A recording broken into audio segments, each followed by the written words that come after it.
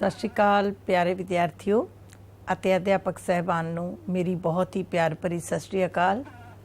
Plus 1 ਦੇ syllabus ਦੇ ਅਧੀਨ ਅੱਜ ਅਸੀਂ ਜਿਸ ਵਿਸ਼ੇ ਉੱਤੇ ਚਰਚਾ ਕਰਾਂਗੇ ਉਸ ਵਿਸ਼ੇ ਦਾ ਨਾਮ ਹੈ ਰਾਜ ਦੀ ਨੀਤੀ ਦੇ ਨਿਰਦੇਸ਼ਕ ਸਿਧਾਂਤ, directive principals of state policy.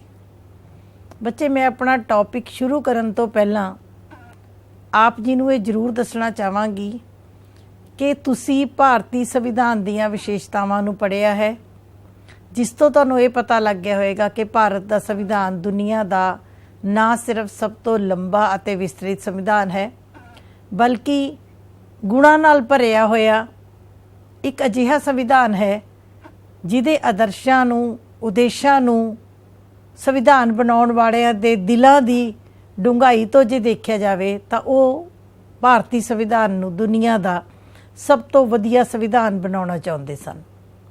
ਇਸੇ ਕਾਰਨ ਉਹਨਾਂ ਨੇ ਕਈ ਸੰਵਿਧਾਨਾਂ ਦਾ ਵਿਸ਼ਲੇਸ਼ਣ ਕੀਤਾ ਅਤੇ ਜਿਸ ਸੰਵਿਧਾਨ ਤੋਂ ਜਿਹੜੀਆਂ ਵਧੀਆ ਗੱਲਾਂ ਪ੍ਰਾਪਤ ਹੋ ਸਕੀਆਂ ਉਹ ਸਾਰੀਆਂ ਵਿਵਸਥਾਵਾਂ ਭਾਰਤੀ ਸੰਵਿਧਾਨ ਵਿੱਚ ਕੀਤੀਆਂ ਗਈਆਂ। ਇਸੇ ਤਰ੍ਹਾਂ ਦੀ ਇੱਕ ਬਹੁਤ ਵਧੀਆ ਵਿਵਸਥਾ ਰਾਜ ਦੀ ਨੀਤੀ ਦੇ ਨਿਰਦੇਸ਼ਕ ਸਿਧਾਂਤ ਭਾਰਤੀ ਸੰਵਿਧਾਨ ਬਣਾਉਣ ਵਾਲਿਆਂ ਨੇ ਆਇਰਲੈਂਡ ਦੇ ਸੰਵਿਧਾਨ ਤੋਂ ਪ੍ਰਾਪਤ ਕੀਤੇ।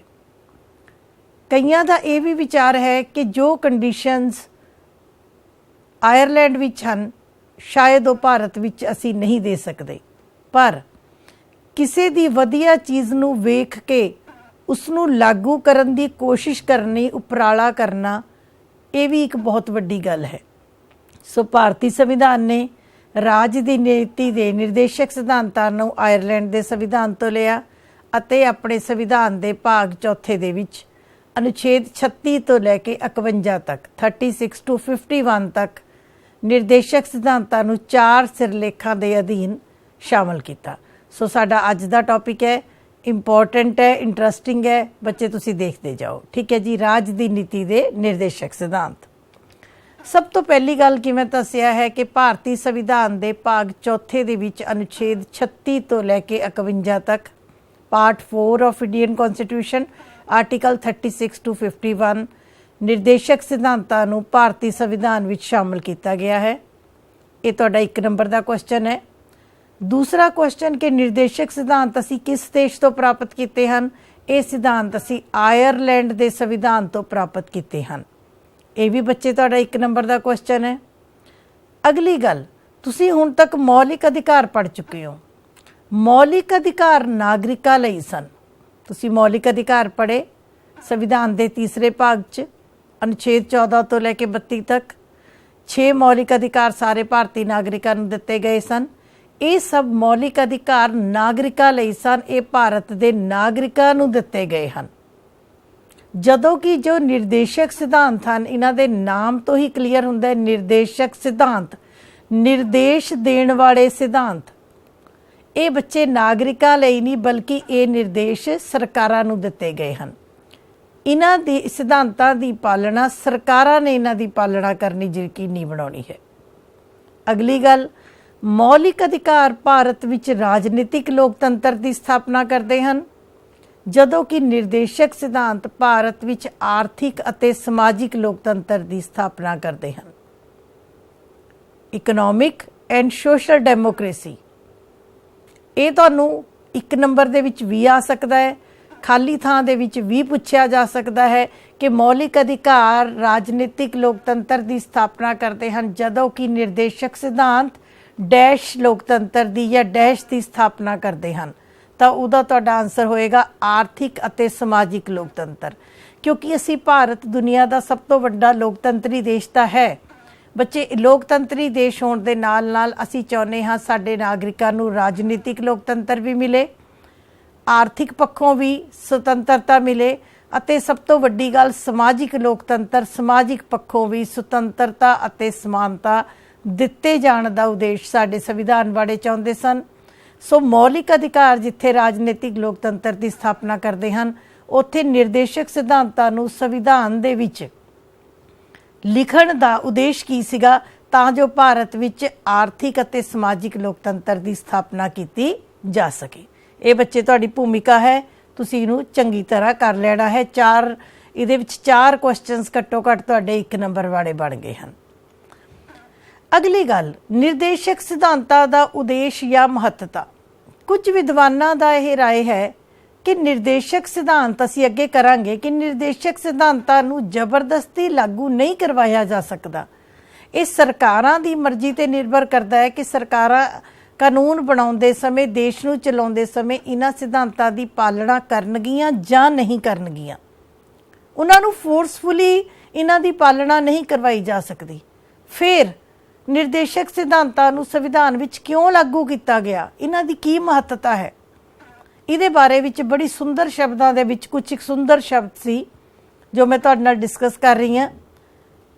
ਪਹਿਲਾ ਵਿਚਾਰ ਹੈਗਾ MC ਛਾਂਗਲਾ।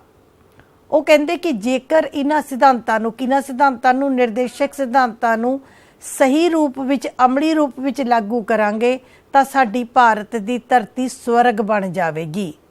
ਜੇ ਅਸੀਂ ਚਾਹੁੰਦੇ ਹਾਂ ਭਾਰਤ ਦੀ ਧਰਤੀ ਸਵਰਗ ਬਣ ਜਾਏ ਸਾਡਾ ਦੇਸ਼, ਤਾਂ ਕਹਿੰਦੇ ਇਹਨਾਂ ਸਿਧਾਂਤਾਂ ਨੂੰ ਅਸਲ ਵਿੱਚ, ਗੱਲੀ ਬਾਤੀ ਨਹੀਂ, ਅਸਲ ਵਿੱਚ ਇਹਨਾਂ ਨੂੰ ਕੀ ਕੀਤਾ ਜਾਵੇ, ਲਾਗੂ ਕੀਤਾ ਜਾਵੇ। ਡਾਕਟਰ BR ਅੰਬੇਦਕਰ ਜੋ ਸਾਡੇ ਭਾਰਤੀ ਸੰਵਿਧਾਨ ਦੇ ਪਿਤਾਮਾ ਹਨ, ਉਹਨਾਂ ਨੇ ਇਹ ਗੱਲ ਕਹੀ ਕਿ ਇਹਨਾਂ ਸਿਧਾਂਤਾਂ ਨੂੰ ਲਾਗੂ ਕਰਕੇ ਅਸੀਂ ਭਾਰਤ ਵਿੱਚ ਸਮਾਜਿਕ ਅਤੇ ਆਰਥਿਕ ਲੋਕਤੰਤਰ ਦੀ ਸਥਾਪਨਾ ਕਰ ਸਕਦੇ ਹਾਂ। ਤੀਸਰੀ, ਜਸਟਿਸ ਸਪਰੂ ਨੇ ਬਹੁਤ ਸੋਹਣੀ ਗੱਲ ਕਹੀ ਕਿ ਇਹ ਨਿਰਦੇਸ਼ਕ ਸਿਧਾਂਤ ਉਹ ਸਾਰੀ ਵਿਚਾਰਧਾਰਾ ਨੂੰ ਲੈ ਕੇ ਚੱਲਦੇ ਹਨ ਜਿਸ ਨਾਲ ਭਾਰਤ ਵਿੱਚ ਕਲਿਆਣਕਾਰੀ ਰਾਜ, ਵੈਲਫੇਅਰ ਸਟੇਟ, ਕਲਿਆਣਕਾਰੀ ਰਾਜ ਹੁੰਦਾ ਬੱਚੇ, ਵੈਲਫੇਅਰ ਸਟੇਟ ਉਹ ਰਾਜ ਜੋ ਵੱਧ ਤੋਂ ਵੱਧ ਕਲਿਆਣ ਦੇ, ਭਲੇ ਦੇ ਕੰਮ ਕਰੇ, ਜਿਸ ਰਾਜ ਵਿੱਚ ਵੱਧ ਤੋਂ ਵੱਧ ਲੋਕਾਂ ਦਾ ਭਲਾ ਕੀਤਾ ਜਾ ਸਕੇ। That state is called welfare state, ਕਲਿਆਣਕਾਰੀ ਰਾਜ। ਚੌਥੀ, ਡਾਕਟਰ SP ਸ਼ਰਮਾ ਜੀ ਨੇ ਬਹੁਤ ਸੋਹਣੀ ਗੱਲ ਕਹੀ। ਉਹ ਕਹਿੰਦੇ ਨਿਰਦੇਸ਼ਕ ਸਿਧਾਂਤਾਂ ਨੂੰ ਜੇਕਰ ਲਾਗੂ ਕਰਨਾ ਹੈ ਜਾਂ ਨਹੀਂ ਕਰਨਾ, ਇਹ ਸਰਕਾਰਾਂ ਦੀ ਮਰਜ਼ੀ ਤੇ ਬੇਸ਼ੱਕ ਡਿਪੈਂਡ ਕਰਦਾ ਹੈ, ਪਰ ਜੇਕਰ ਕੋਈ ਸਰਕਾਰ ਇਹਨਾਂ ਦੀ ਪਾਲਣਾ ਨਹੀਂ ਕਰੇਗੀ ਤਾਂ ਜਨਤਾ ਦੀ ਅਦਾਲਤ ਵਿੱਚ ਉਸ ਦੇ ਖਿਲਾਫ ਮਹਾਦੋਸ਼ ਦਾ ਮੁਕੱਦਮਾ ਚੱਲਦਾ ਹੈ। ਭਾਵ ਉਸ ਸਰਕਾਰ ਨੂੰ ਜਨਤਾ ਦੀ ਅਦਾਲਤ ਦੇ ਵਿੱਚ ਜਵਾਬ ਦੇਣਾ ਪੈਂਦਾ ਹੈ ਕਿ ਇਹ ਸਿਧਾਂਤ ਲਾਗੂ ਕਰਕੇ ਜੋ ਉਹ ਜਨਤਾ ਦਾ ਭਲਾ ਕਰ ਸਕਦੇ ਸਨ, ਉਹਨਾਂ ਨੇ ਉਹ ਕਿਉਂ ਨਹੀਂ ਕੀਤਾ। ਸੋ ਇਹ ਜਿਹੜੀ ਅਸੀਂ ਗੱਲ ਡਿਸਕਸ ਕੀਤੀ ਹੈ, ਇਹ ਨਿਰਦੇਸ਼ਕ ਸਿਧਾਂਤਾਂ ਦਾ ਉਦੇਸ਼ ਵੀ ਹੈ ਅਤੇ ਇਸ ਦੀ ਮਹੱਤਤਾ ਨੂੰ ਵੀ ਕਿਤੇ ਨਾ ਕਿਤੇ ਦਰਸਾਉਂਦੇ ਹਨ।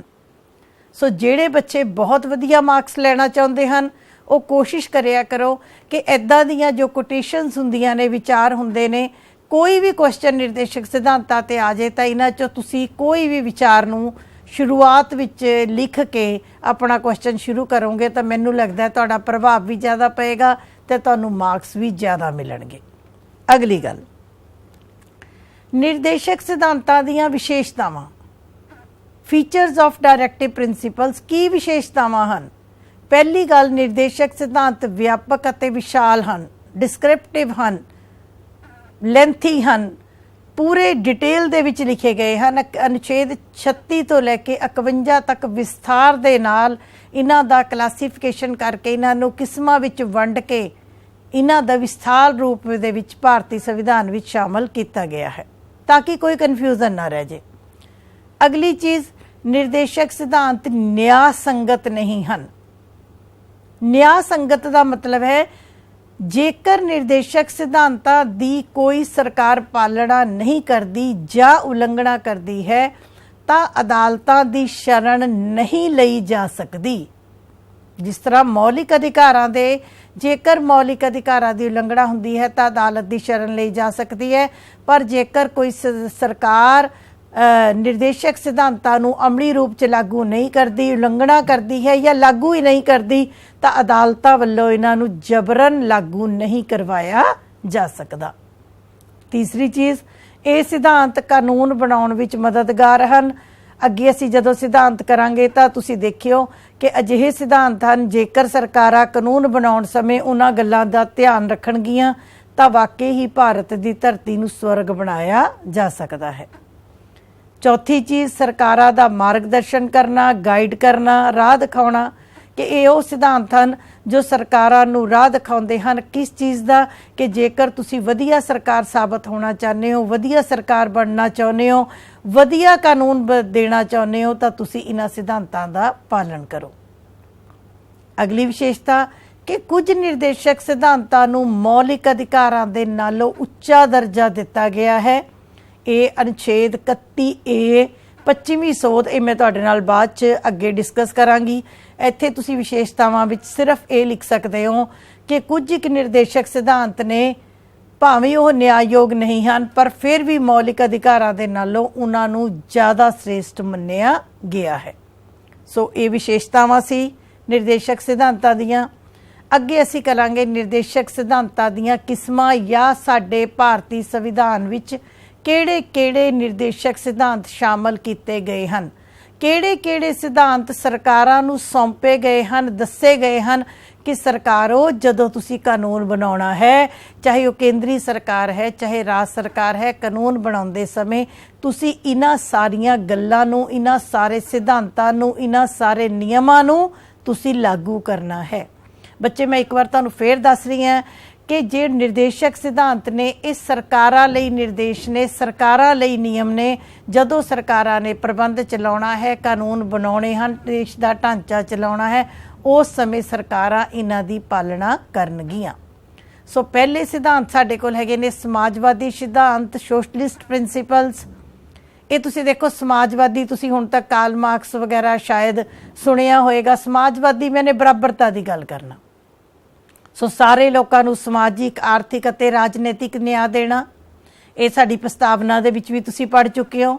वख-वख कित्तियां विच पाईयां जाण वालीआं असमानतावां नूं दूर करना, व्यक्तियां दी आमदन, सहूलतावां ते मौकिਆਂ दा प्रबंध करना, भौतिक साधनां दी मालकी ते सब दा कंट्रोल करना। भौतिक साधन, देश दे जिन्ने भी भौतिक साधन हन, बहुत इंपॉर्टेंट पॉइंट है बेटे, अनुच्छेद 39B ਅਤੇ 39C ये दो जो निर्देशक सिद्धांत हैं, इन्हां नूं मौलिक अधिकारां दे कुछ अधिकारां तो उपर समझिया गया है, जिहड़ा कि असीं पिछले पॉइंट विच कीता सी।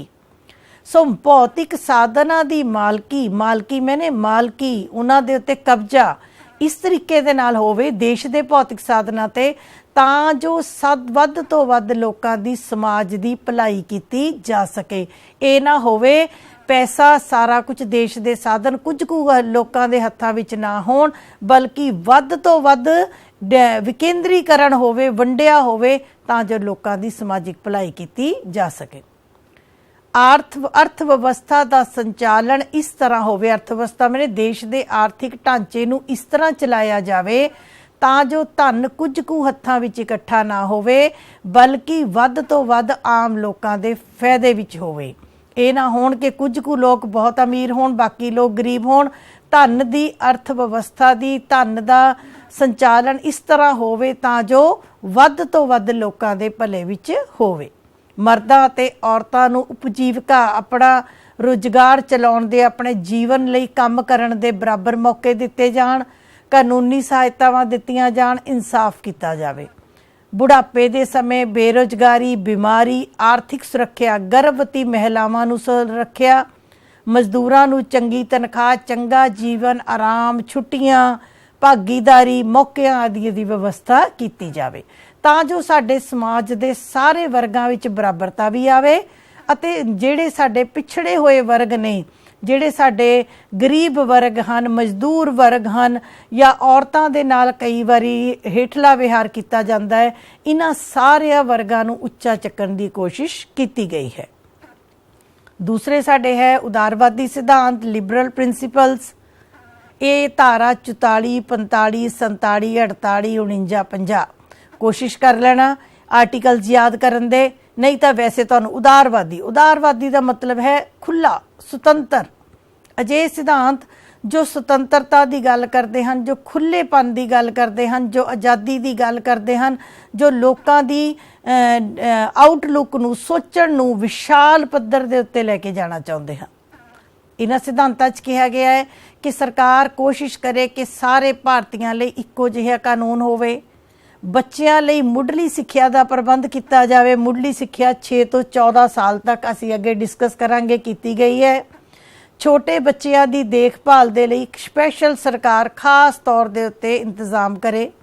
ਲੋਕਾਂ ਦੇ ਖੁਰਾਕੀ ਪੱਧਰ ਮੈਨੇ ਖੁਰਾਕ ਦੇ ਪੱਧਰ ਦੇ ਵਿੱਚ ਸੁਧਾਰ ਕੀਤਾ ਜਾਵੇ। ਅੱਗੇ ਅਸੀਂ ਗੱਲ ਵੀ ਕਰਾਂਗੇ ਬੱਚੇ ਜਿਹੜੇ ਤੁਹਾਡੇ ਸਕੂਲਾਂ ਵਿੱਚ ਮਿਡ ਡੇ ਮੀਲ ਦੀਆਂ ਸਕੀਮਾਂ ਨੇ ਜਾਂ ਸਰਕਾਰ ਵੱਲੋਂ ਗਰੀਬਾਂ ਦੇ ਲਈ ਜੋ ਸਕੀਮਾਂ ਬਣਾਈਆਂ ਜਾਂਦੀਆਂ ਹਨ ਉਹ ਅਜਿਹੇ ਨਿਯਮਾਂ ਕਾਰਨ ਅਜਿਹੇ ਨਿਰਦੇਸ਼ਾਂ ਕਾਰਨ ਹੀ ਹਨ।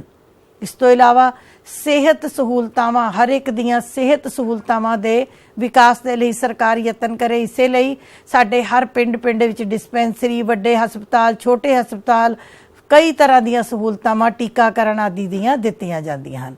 ਇਸੇ ਤਰ੍ਹਾਂ ਦੇਸ਼ ਦੇ ਵਿੱਚ ਵਿਗਿਆਨਿਕ ਖੇਤੀ ਕੀਤੀ ਜਾਵੇ ਅਤੇ ਪਸ਼ੂ ਪਾਲਣ ਦਾ ਵਿਕਾਸ ਕੀਤਾ ਜਾਵੇ। ਆਪਣੇ ਦੇਸ਼ ਦੇ ਵਾਤਾਵਰਣ ਨੂੰ, ਜੰਗਲਾਂ ਨੂੰ ਅਤੇ ਜੰਗਲੀ ਜੀਵਾਂ ਨੂੰ ਸੁਰੱਖਿਆ ਦਿੱਤੀ ਜਾਵੇ। ਜਿੰਨੇ ਸਾਡੇ ਇਤਿਹਾਸਕ ਸਥਾਨ ਨੇ ਜੋ ਸਾਡੇ ਦੇਸ਼ ਦੇ ਇਤਿਹਾਸ ਨਾਲ ਸੰਬੰਧਿਤ ਨੇ, ਚਾਹੇ ਉਹ ਸਾਡੀਆਂ ਇਤਿਹਾਸਕ ਇਮਾਰਤਾਂ ਹਨ, ਇਮਾਰਤਾਂ ਦੇ ਨਾਲ ਕੋਈ ਖਾਸ ਪਲੇਸਿਸ ਹਨ, ਕੋਈ ਜਗ੍ਹਾ ਹਨ ਜਿਨ੍ਹਾਂ ਦਾ ਭਾਰਤ ਦੇ ਇਤਿਹਾਸ ਦੇ ਵਿੱਚ ਕੋਈ ਖਾਸ ਰੋਲ ਹੈ, ਉਹਨਾਂ ਸਥਾਨਾਂ ਦੀ ਸਾਂਭ ਸੰਭਾਲ ਕੀਤੀ ਜਾਵੇ। ਜਨਤਕ ਸੇਵਾਵਾਂ ਦਾ ਪ੍ਰਬੰਧ, ਜਨਤਕ ਸੇਵਾਵਾਂ ਵਿੱਚ ਸਾਰੀਆਂ ਸੇਵਾਵਾਂ ਜਿਨ੍ਹਾਂ ਦੇ ਨਾਲ ਜਨਤਾ ਨੂੰ ਫਾਇਦਾ ਹੋਵੇ, ਚਾਹੇ ਬਿਜਲੀ ਹੈ, ਚਾਹੇ ਪਾਣੀ ਹੈ, ਚਾਹੇ ਸਿੱਖਿਆ ਹੈ, ਚਾਹੇ ਸਿਹਤ ਹੈ, ਚਾਹੇ ਸੜਕਾਂ ਹਨ, ਚਾਹੇ ਰੇਲਵੇ ਹੈ, ਇਹਨਾਂ ਦਾ ਪ੍ਰਬੰਧ ਸਰਕਾਰ ਕਰੇ ਤਾਂ ਜੋ ਸਾਰੇ ਭਾਰਤੀਆਂ ਨੂੰ ਫਾਇਦਾ ਹੋ ਸਕੇ। ਇਹ ਸਾਰੇ ਕਾਰਜ ਕਰਨ ਲਈ ਵੀ ਸਰਕਾਰਾਂ ਨੂੰ ਕਿਹਾ ਗਿਆ ਹੈ ਕਿਉਂਕਿ ਨਿਰਦੇਸ਼ਕ ਸਿਧਾਂਤ ਕਿਸ ਨੂੰ ਨਿਰਦੇਸ਼ ਦਿੱਤੇ ਗਏ ਹਨ? ਸਰਕਾਰਾਂ ਨੂੰ ਨਿਰਦੇਸ਼ ਦਿੱਤੇ ਗਏ ਹਨ। ਅਗਲੀ ਗੱਲ, ਗਾਂਧੀਵਾਦੀ ਸਿਧਾਂਤ, ਗਾਂਧੀਅਨ ਪ੍ਰਿੰਸੀਪਲਸ। ਮਹਾਤਮਾ ਗਾਂਧੀ ਤੋਂ ਤੁਸੀਂ ਸਾਰੇ ਬੱਚੇ ਬੜੀ ਚੰਗੀ ਤਰ੍ਹਾਂ ਜਾਣੂ ਸੀ ਔਰ ਹਜੇ ਵੀ ਹੋ। ਔਰ ਮਹਾਤਮਾ ਗਾਂਧੀ ਕਿਵੇਂ ਦਾ ਭਾਰਤ ਬਣਾਉਣਾ ਚਾਹੁੰਦੇ ਸਨ ਉਹ ਤੁਹਾਨੂੰ ਸਭ ਨੂੰ ਪਤਾ ਹੈ। ਮਹਾਤਮਾ ਗਾਂਧੀ ਕਿੱਦਾਂ ਵਿਚਾਰ ਸੀ ਕਿ ਪਿੰਡਾਂ ਵਿੱਚ ਪੰਚਾਇਤਾਂ ਦਾ ਗਠਨ ਕੀਤਾ ਜਾਵੇ, ਸ਼ਹਿਰਾਂ ਵਿੱਚ ਨਗਰ ਪਾਲਿਕਾਵਾਂ ਹੋਣ, ਸਥਾਨਕ ਸਵੈ ਸ਼ਾਸਨ ਦੀਆਂ ਇਕਾਈਆਂ ਨੂੰ ਸਰਕਾਰ ਮਜ਼ਬੂਤ ਬਣਾਵੇ।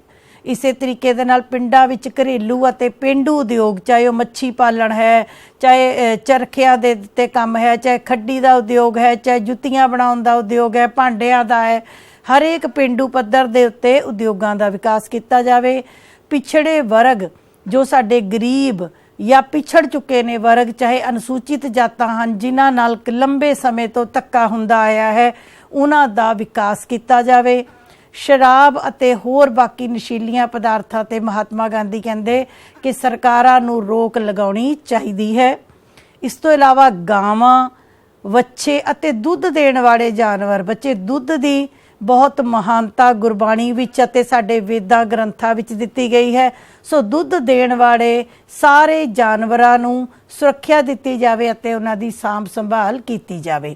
ਅਜਿਹਾ ਸਾਰਾ ਕਰਨ ਦੇ ਲਈ ਮਹਾਤਮਾ ਗਾਂਧੀ ਨਿਰਦੇਸ਼ ਦਿੰਦੇ ਹਨ ਸਰਕਾਰਾਂ ਨੂੰ ਕਿ ਇਹ ਸਾਰੇ ਨਿਯਮ, ਇਹ ਸਾਰੇ ਪ੍ਰਿੰਸੀਪਲ ਲਾਗੂ ਕੀਤੇ ਜਾਣ।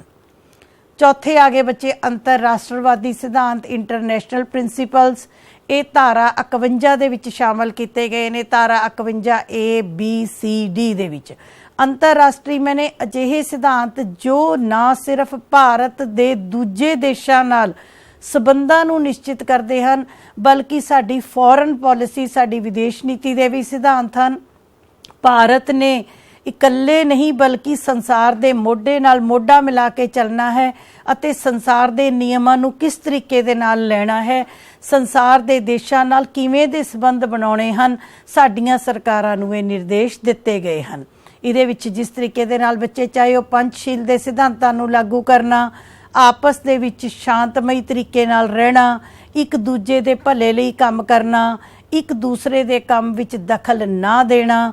ਇਸ ਤੋਂ ਇਲਾਵਾ ਮਿਊਚੁਅਲ ਰਿਸਪੈਕਟ, ਸਾਰੇ ਰਾਜ, ਸਾਰੇ ਦੇਸ਼ਾਂ ਦੇ ਨਾਲ ਰਿਸਪੈਕਟਫੁਲ ਬਿਹੇਵੀਅਰ ਬਣਾ ਕੇ ਰੱਖਣਾ, ਅੰਤਰਰਾਸ਼ਟਰੀ ਸੁਰੱਖਿਆ ਨੂੰ ਬਣਾ ਕੇ ਰੱਖਣਾ, ਰਾਸ਼ਟਰਾਂ ਦੇ ਵਿੱਚ ਨਿਆਂਪੂਰਨ ਮਤਲਬ ਚੰਗੇ ਅਤੇ ਜਸਟਿਸੇਬਲ ਜਿਹੇ ਸੰਬੰਧ ਜਿਹੜੇ ਹਨ ਉਹ ਬਣਾ ਕੇ ਰੱਖਣੇ ਹਨ। ਜਿੰਨੀਆਂ ਅੰਤਰਰਾਸ਼ਟਰੀ ਸੰਧੀਆਂ ਹੁੰਦੀਆਂ ਹਨ, ਭਾਰਤ ਲਈ ਨਿਰਦੇਸ਼ ਹੈ ਕਿ ਉਹਨਾਂ ਸੰਧੀਆਂ ਦੀ ਪਾਲਣਾ ਕੀਤੀ ਜਾਵੇ ਅਤੇ ਉਹਨਾਂ ਸੰਧੀਆਂ ਨੂੰ ਲਾਗੂ ਕੀਤਾ ਜਾਵੇ। ਭਾਰਤ ਕੋਸ਼ਿਸ਼ ਕਰੇਗਾ ਕਿ ਉਹ ਕਿਸੇ ਦੇਸ਼ ਨਾਲ ਸਮੱਸਿਆ ਹੈ ਤਾਂ ਉਹਨਾਂ ਦਾ ਸਮਝੌਤਿਆਂ ਦੇ ਨਾਲ ਹੱਲ ਕਰੇ, ਕਾਨੂੰਨਾਂ ਦੀ ਪਾਲਣਾ ਕਰੇ, ਅੰਤਰਰਾਸ਼ਟਰੀ ਝਗੜਾ ਜੇ ਸਾਡਾ ਕਿਸੇ ਦੇਸ਼ ਨਾਲ ਝਗੜਾ ਵੀ ਹੈ ਭਾਰਤ ਦਾ, ਤਾਂ ਉਹ ਗੱਲਬਾਤ ਦੇ ਨਾਲ ਸਾਲਸੀ ਢੰਗ ਨਾਲ ਬੈਠ ਕੇ ਹੱਲ ਕੀਤਾ ਜਾਵੇ, युद्ध करन तो गुरेज किया जाए, संसार विच शांति बना के रखी जाए। सो ये 4 तरह के सिद्धांत बच्चे मैं तुहानूं दस रही हाँ कि 4 तरह के सिद्धांत, समाजवादी सिद्धांत, उस तो अगे बच्चे उदारवादी सिद्धांत, फिर गांधीवादी सिद्धांत, उस तो अगे अंतरराष्ट्रवादी सिद्धांत। ये 4 तरह के सिद्धांतां नूं डिटेल दे विच भारतीय संविधान के चौथे भाग दे विच अनुच्छेद 36 तो लैके 51 तक शामिल किया गया है। अते इन्हां सिद्धांतां नूं कोशिश की जाती है कि चाहे वो केंद्रीय सरकार होवे चाहे वो राज्यां दीयां सरकारां होण, इन्हां सिद्धांतां नूं जदों ओह कानून बनाउणगे तां इन्हां सिद्धांतां नूं अमली रूप विच लागू किया जावे। और बच्चे असीं अगे गल करांगे कि ये सिर्फ कहण वालीआं गल्लां ही नहीं हन, बल्कि साडे देश विच केंद्रीय सरकार वल्लों राज्यां दीयां सरकारां वल्लों अजिहे कई नियम बनाए गए हैं, कई कानून बनाए गए हैं जिहड़े कि इन्हां निर्देशक सिद्धांतां नूं पूरा करदे हैं। वो भी असीं अगे डिस्कस करांगे। उस तो अगे बच्चे निर्देशक सिद्धांतां दी आलोचना। हुण कुछ विद्वानां दा यह विचार है कि जो निर्देशक सिद्धांत ने है बहुत वधिया, संविधान विच शामिल भी किए गए हैं, डिटेल भी की गई है, सरकारां कोशिश भी कर रही हैं, पर जिन्नी कोशिश होनी चाहिए है इन्हां नूं असल च लागू करन दी उन्नी कोशिश नहीं हो रही, जां जिस हद तक ये सिद्धांत लागू हो जाने चाहिए सन वो लागू नहीं हो सके। उसका एक बड़ा कारण है कि ये सिद्धांत न्याययोग नहीं हैं। न्याययोग मीनस जे तां ये न्याययोग हुंदे, जे सरकारां इन्हां नूं लागू करन तो कुताही करदियां ते सरकारां दे उत्ते लीगली एक्शन लिया जांदा तां हो सकदा है ये सिद्धांत ज़्यादा लागू हुंदे। हुण ये सरकारां दी मर्जी ते डिपेंड करदा है कि वो लागू करदियां हन कि नहीं, किस हद तक करदियां हन। इस करके किते ना किते इन्हां सिद्धांतां नूं लागू करन विच कमी रह गई है। दूसरी गल कुछ विद्वान मनदे हन कि ये सिद्धांत सोहणीआं गल्लां हन, केवल नैतिक नियम हन, इन्हां नूं असली रूप विच घट ही लागू किया जांदा है। सो कोशिश की जा सकती है, कोशिश की जा रही है अते उम्मीद करते हाँ कि आने वालियां सरकारां इन्हां नियमां नूं असली रूप विच लागू करनगियां। निर्देशक सिद्धांतां दी महत्ता मैं तुहानूं पहलां भी दस चुकी हाँ कि ये राज्यां लई निर्देश ने, ये साडीआं सरकारां लई निर्देश ने। केंद्रीय सरकार भी पालना करेगी, राज्य सरकार भी पालना करेगी। जेकर इन्हां सिद्धांतां नूं असली रूप विच लागू किया जाएगा तो देश विच आर्थिक अते समाजिक दोनों तरह के लोकतंत्र की स्थापना की जा सकती है। ये सिद्धांत राज नूं कल्याणकारी भाव चंगा राज, भला करन वाला राज बनाउंदे हन। जेकर किसी सरकार नूं परखना होवे कि सरकार ने काम वधिया कीते हन या नहीं, कि ये सरकार कामयाब है कि नहीं, तो असीं ये देख सकते हाँ कि इस सरकार ने इन्हां सिद्धांतां विच्चों किन्नियां सिद्धांतां नूं लागू किया, किन्ने अजिहे कानून बनाए जिहड़े कि इन्हां सिद्धांतां दे विच काम करन नूं कहे गए सन, कि सरकारां ने वो काम कीते या नहीं कीते। जेकर कीते हन तां वो वधिया सरकारां हन, जेकर नहीं कीते तां वो माड़ियां सरकारां साबित होणगियां। सो देश दे नागरिकां लई धरती दे उत्ते जेकर स्वर्ग बनाउणा है, साडे देश विच सुतंत्रता नूं, समानता नूं, पिछड़े वर्गां नूं, मजदूरां नूं, कीर्तियां नूं, असीं कह सकते औरतां नूं, बच्चियां नूं, जेकर असीं उन्हां दा पੱਧਰ ਉੱਚਾ करना है तो इन्हां सिद्धांतां नूं लागू करना पवेगा। अगली गल, जे एक तुहानूं बच्चे क्वेश्चन आ जाता है कि निर्देशक सिद्धांतां ते मौलिक अधिकारां दे विच की सिमिलैरिटीज़ ने और की अंतर है। दोनों चीज़ां है बच्चे, सिमिलैरिटीज़ की ने, किहड़ियां गल्लां ते मिलदे ने, किहड़ियां गल्लां ते इन्हां विच वखरेवा है। हुण तक तुसीं मौलिक अधिकार वाला लैसन पढ़ चुके हो। देखो, मौलिक अधिकार नागरिकां नूं दित्ते गए हन। मौलिक अधिकारां दा उद्देश नागरिकां दा विकास करना है। निर्देशक सिद्धांत सरकारां नूं सौंपे गए हन, पर निर्देशक सिद्धांतां दा उद्देश भी लोकां दा भला करना ही है, लोकां दा विकास करना ही है। भावें वो काम सरकार ने करने ने, ये नागरिकां नूं दित्ते गए अधिकार हन, पर दोनों का उद्देश साझा है, मनुखां दा विकास करना। मौलिक अधिकार ਅਤੇ ਨਿਰਦੇਸ਼ਕ ਸਿਧਾਂਤ ਦੋਨੋਂ ਮਿਲ ਕੇ ਭਾਰਤ ਵਿੱਚ ਸਹੀ ਅਰਥਾਂ ਦੇ ਵਿੱਚ ਸਮਾਜਿਕ, ਆਰਥਿਕ ਅਤੇ ਰਾਜਨੀਤਿਕ ਲੋਕਤੰਤਰ ਨੂੰ ਕਾਇਮ ਕਰ ਸਕਦੇ ਹਨ। ਦੋਨੋਂ ਸਿਧਾਂਤ ਭਾਵੇਂ ਨਿਰਦੇਸ਼ਕ ਸਿਧਾਂਤ ਹਨ, ਭਾਵੇਂ ਮੌਲਿਕ ਅਧਿਕਾਰ ਹਨ, ਦੋਨਾਂ ਦਾ ਉਦੇਸ਼ ਭਾਰਤ ਦੇ ਲੋਕਾਂ ਨੂੰ ਸੁਤੰਤਰਤਾ ਦੇਣਾ, ਸਮਾਨਤਾ ਦੇਣਾ ਅਤੇ ਮਨੁੱਖਾਂ ਦਾ ਵਿਕਾਸ ਕਰਨਾ ਹੈ। ਭਾਵ ਲੋਕਾਂ ਨੇ ਅਧਿਕਾਰਾਂ ਦੇ ਰਾਹੀਂ ਲੋਕਾਂ ਨੂੰ ਅਧਿਕਾਰ ਦੇ ਦਿੱਤੇ, ਸਰਕਾਰਾਂ ਨੂੰ ਨਿਰਦੇਸ਼ ਦੇ ਦਿੱਤੇ, ਵੱਧ ਤੋਂ ਵੱਧ ਅਜਿਹੇ ਨਿਰਦੇਸ਼ ਦੇ ਦਿੱਤੇ ਕਿ ਸਰਕਾਰਾਂ ਵੀ ਕੋਸ਼ਿਸ਼ ਕਰਨ ਅਤੇ ਲੋਕਾਂ ਨੂੰ ਵੀ ਇਹ ਰਾਈਟ ਹੈ ਕਿ ਉਹ ਆਪਣੇ ਵਿਕਾਸ ਦੇ ਲਈ ਕੰਮ ਕਰ ਸਕਣ। ਸੋ ਇਹਨਾਂ ਵਿੱਚ ਕਾਫੀ ਸਿਮਿਲੈਰਿਟੀਜ਼ ਵੀ ਪਾਈਆਂ ਜਾਂਦੀਆਂ ਹਨ। ਜੇ ਆਪਾਂ ਅੰਤਰ ਦੀ ਗੱਲ ਕਰੀਏ, ਮੈਂ ਤੁਹਾਨੂੰ ਪਹਿਲਾਂ ਹੀ ਦੱਸ ਚੁੱਕੀ ਹਾਂ ਕਿ ਮੌਲਿਕ ਅਧਿਕਾਰ ਨਿਆਂਯੋਗ ਹਨ। ਜੇ ਤੁਹਾਨੂੰ ਯਾਦ ਹੋਵੇ ਤਾਂ ਅਨੁਛੇਦ 32 ਦੇ ਵਿੱਚ ਸੰਵਿਧਾਨਕ ਉਪਚਾਰਾਂ ਦਾ ਅਧਿਕਾਰ ਦਿੱਤਾ ਗਿਆ ਹੈ। ਯਾਦ ਹੈ ਬੱਚੇ, ਜਿਹਦੇ ਅਧੀਨ ਤੁਹਾਡੇ ਲੇਖ ਜਾਰੀ ਕੀਤੇ ਗਏ ਹਨ। ਉਸ ਅਧਿਕਾਰ ਦੇ ਰਾਹੀਂ, ਅਨੁਛੇਦ 32 ਦੇ ਰਾਹੀਂ, ਸੰਵਿਧਾਨਕ ਉਪਚਾਰਾਂ ਦੇ ਅਧਿਕਾਰ ਦੇ ਰਾਹੀਂ ਇਹ ਕਿਹਾ ਗਿਆ ਹੈ ਕਿ ਜੇਕਰ ਨਾਗਰਿਕਾਂ ਦੇ ਮੌਲਿਕ ਅਧਿਕਾਰਾਂ ਦੀ ਉਲੰਘਣਾ ਹੁੰਦੀ ਹੈ ਤਾਂ ਉਹ ਅਦਾਲਤਾਂ ਦੀ ਸ਼ਰਨ ਲੈ ਸਕਦੇ ਹਨ ਅਤੇ ਅਦਾਲਤਾਂ ਉਹਨਾਂ ਨੂੰ ਲਾਗੂ ਕਰਵਾ ਸਕਦੀਆਂ ਹਨ। ਪਰ ਨਿਰਦੇਸ਼ਕ ਸਿਧਾਂਤਾਂ ਦੇ ਅਨੁਛੇਦ 36 ਵਿੱਚ ਇਹ ਕਿਹਾ ਗਿਆ ਹੈ ਕਿ ਨਿਰਦੇਸ਼ਕ ਸਿਧਾਂਤ ਨਿਆਂਯੋਗ ਨਹੀਂ ਹਨ। ਅਨੁਛੇਦ 37 ਦੇ ਵਿੱਚ ਇਹ ਕਲੀਅਰ ਕੀਤਾ ਗਿਆ ਹੈ ਕਿ ਨਿਰਦੇਸ਼ਕ ਸਿਧਾਂਤ ਨਿਆਂਯੋਗ ਨਹੀਂ ਹਨ। ਪਰ ਬੱਚੇ ਨਾਲ ਹੀ ਉੱਥੇ ਇੱਕ ਗੱਲ ਇਹ ਲਿਖੀ ਗਈ ਹੈ ਕਿ ਇਹ ਭਾਵੇਂ ਨਿਆਂਯੋਗ ਨਹੀਂ ਹਨ, ਪਰ ਇਹ ਸਾਡੇ ਸ਼ਾਸਨ ਦੇ ਬੁਨਿਆਦੀ ਨਿਯਮ ਹਨ ਜਿਨ੍ਹਾਂ ਨੂੰ ਲਾਗੂ ਕਰਨਾ ਸਾਡੀ ਹਰੇਕ ਸਰਕਾਰ ਦਾ ਕਰਤੱਵ ਬਣ ਜਾਂਦਾ ਹੈ। ਕਈ ਲੋਕ ਇਹ ਕਹਿੰਦੇ ਨੇ ਕਿ ਅਨੁਛੇਦ 37 ਦੇ ਵਿੱਚ ਲਿਖਿਆ ਗਿਆ ਹੈ ਕਿ ਇਹ ਨਿਰਦੇਸ਼ਕ ਸਿਧਾਂਤ ਨਿਆਂਯੋਗ ਨਹੀਂ ਹਨ, ਪਰ ਉੱਥੇ ਨਾਲ ਇਹ ਵੀ ਲਿਖਿਆ ਗਿਆ ਹੈ ਕਿ ਇਹਨਾਂ ਨੂੰ ਲਾਗੂ ਕਰਾਉਣਾ ਸਰਕਾਰਾਂ ਦੀ ਜ਼ਿੰਮੇਵਾਰੀ ਹੈ। ਇਹ ਸਾਡੇ ਸ਼ਾਸਨ ਦਾ ਬੁਨਿਆਦੀ ਆਧਾਰ ਹਨ। ਇਹਨਾਂ ਦੀ ਪਾਲਣਾ ਕਰਨਾ ਸਰਕਾਰਾਂ ਦੀ ਜ਼ਿੰਮੇਵਾਰੀ ਬਣਦੀ ਹੈ।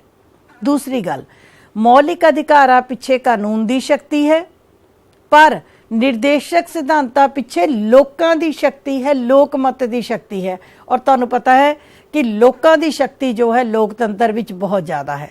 ਮੰਨ ਲਓ ਕੋਈ ਸਰਕਾਰ ਹੈ, ਕੇਂਦਰੀ ਸਰਕਾਰ ਹੈ, ਸਾਡੇ ਰਾਜ ਦੀ ਸਰਕਾਰ ਹੈ, ਜੇਕਰ ਉਹ ਆਪਣੇ ਰਾਜ ਦੇ ਦੌਰਾਨ, ਆਪਣੇ 5 ਸਾਲ ਦੇ ਦੌਰਾਨ ਲੋਕਾਂ ਦੇ ਭਲੇ ਦੇ ਲਈ ਇਹਨਾਂ ਨਿਯਮਾਂ ਨੂੰ ਲਾਗੂ ਨਹੀਂ ਕਰੇਗੀ, ਵੱਧ ਤੋਂ ਵੱਧ ਅਜਿਹੀਆਂ ਸਕੀਮਾਂ ਨਹੀਂ ਚਲਾਏਗੀ, ਤਾਂ ਅਗਲੀ ਵਾਰੀ ਲੋਕਮਤ ਉਹਦੇ ਖਿਲਾਫ ਹੋ ਜਾਏਗਾ ਅਤੇ ਅਗਲੇ ਆਉਂਦੀਆਂ ਚੋਣਾਂ ਦੇ ਵਿੱਚ ਉਹ ਸਰਕਾਰ ਕਦੇ ਵੀ ਜਿੱਤ ਪ੍ਰਾਪਤ ਨਹੀਂ ਕਰ ਸਕੇਗੀ।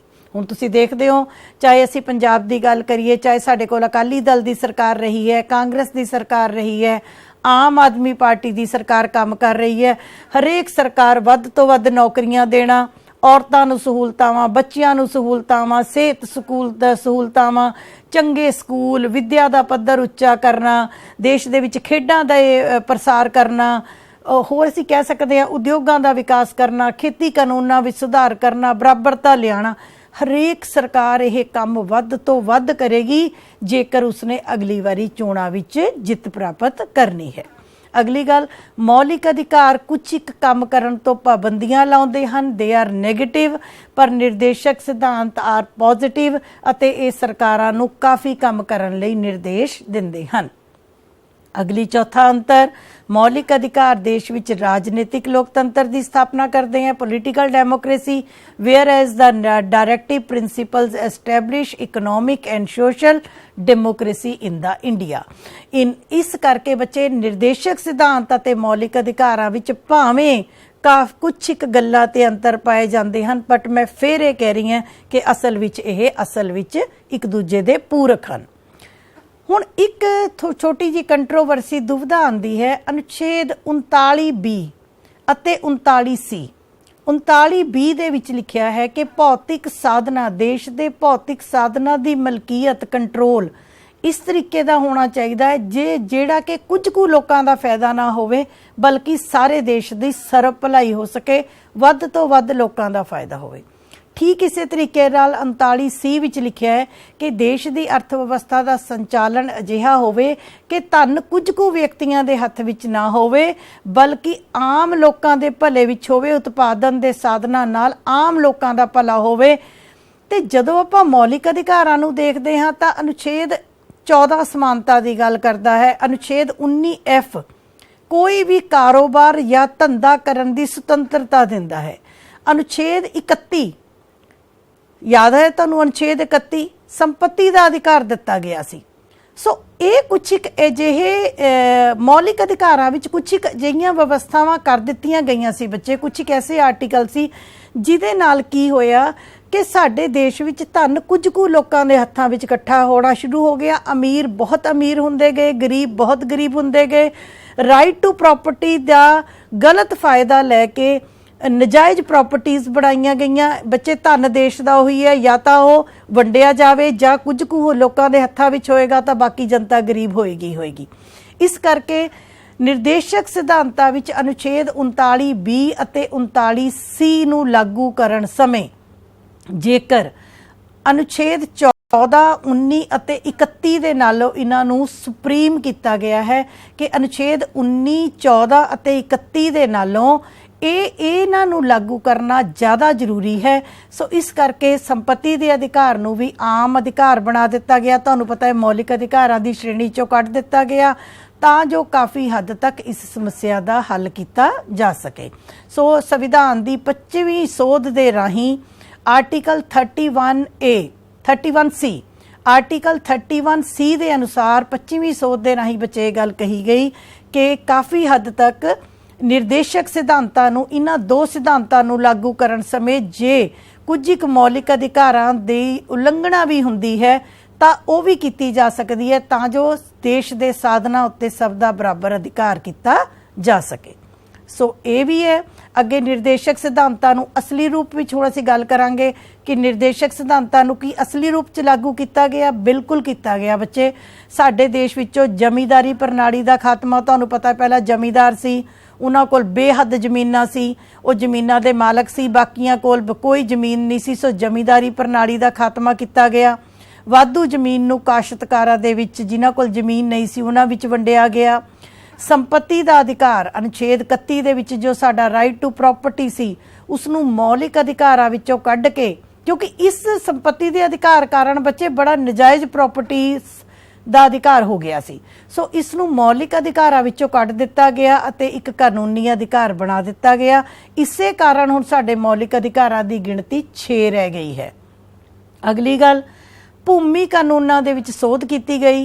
भूमि नाल संबंधित कानून छोटे किसानां लई, काश्तकारां लई या जिन्हां कोल जमीनां नहीं हन, भूमिहीन काश्तकारां दे लई काफ़ी ज़्यादा नियम बनाए गए। उन्होंने करजे देना, तुसी बड़ी बार सुनते हो कि किसानों को मुफ्त करजे देना, घट रेज ते करजे देना, करजे माफ़ करना, स्कीमां चलाउणियां, ये सब निर्देशक सिद्धांतां कारण। उस तो इलावा मजदूरां दे लई सुधार, मजदूरां दे लई काम दे घंटे निश्चित करना, मजदूरां दियां तनख्वाहां निश्चित करनियां, छुट्टियां दा प्रबंध करना, मजदूरां दे लई वर्किंग कंडीशनस के किद्दां दियां हालतां विच मजदूरां ने काम करने हन, इस्त्रियां अते पुरुषां दे लई इक्को जही मजदूरी निश्चित करना, ये सारे नियम भी साडे देश विच, ये सारियां वो गल्लां हन बच्चे जिहड़ियां कि निर्देशक सिद्धांतां तो बाद साडे देश विच लागू हो चुकीआं हन। उस तो इलावा बच्चियां दे लई मुफ्त अते जरूरी सिੱਖਿਆ ਦਾ अधिकार, ये तुहानूं सब नूं पता है कि भारत विच 6 तो 14 साल के बच्चे दे लई 2010 तो सारे भारत दे विच जरूरी अते मुफ्त सिੱਖਿਆ ਦਾ अधिकार दिता गया है। तो 6वीं तो लैके 8वीं तक खास तौर पर तुसीं नोट किया होएगा, हो सकता है तुहाडे स्कूलों 6वीं तो 8वीं होवे, अदरवाइज पहली क्लास तो लैके 8वीं क्लास तक बच्चियां नूं मुफ्त सिੱਖਿਆ है। ना फीसां ने, ना किताबां दा खर्चा है, कुछ नहीं। मिड डे मील जो तुहाडे स्कूलों मिड डे मील चल रहा है तां जो बच्चियां नूं खुराक दित्ती जा सके, एक टाइम दे उत्ते वधिया भोजन दिता जा सके, ये भी बच्चे दे राही लागू किया गया है। ठीक इसे तरीके दे नाल पंचायतां दा गठन संविधान दे विच 73वीं अते 74वीं सोध लागू करके तुसी +2 च पढ़ोगे। 73वीं सोध राही पिंडां विच पंचायतां अते 74वीं सोध दे राही शहरां विच नगर पालिकावां दी स्थापना की गई है।